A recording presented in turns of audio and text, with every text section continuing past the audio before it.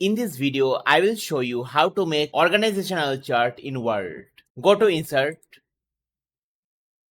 click on Smart Art, click on Hierarchy, and select this one. Click on OK. Now let's start labeling the boxes.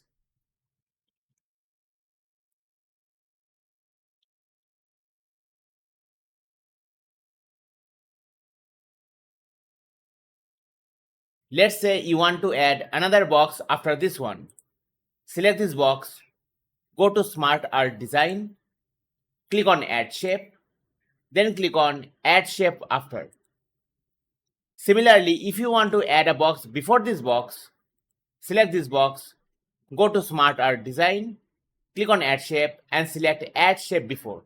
You also have the option to select various styles for the box, as well as use different colors to categorize. This is how you make organizational chart in Word.